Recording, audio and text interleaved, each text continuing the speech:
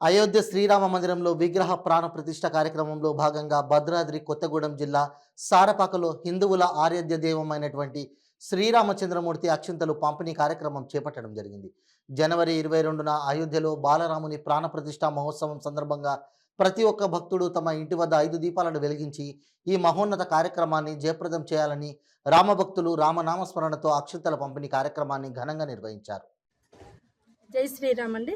శ్రీరామ రామ రామేతి రమే రామే మనోరమే సహస్రనామ తత్తుల్యం రామనామ వరానండి. శ్రీ అయోధ్య రాముడి ఈ అయోధ్య రాముడి అక్షింతలు అయోధ్య నుంచి వచ్చిన సందర్భంగా మేము అందరం మహిళలందరం కలిసి ఈ గ్రామంలో ప్రతి ఇంటికి గడప గడపకు ఈ అక్షింతలు చేరవేస్తున్నామండి.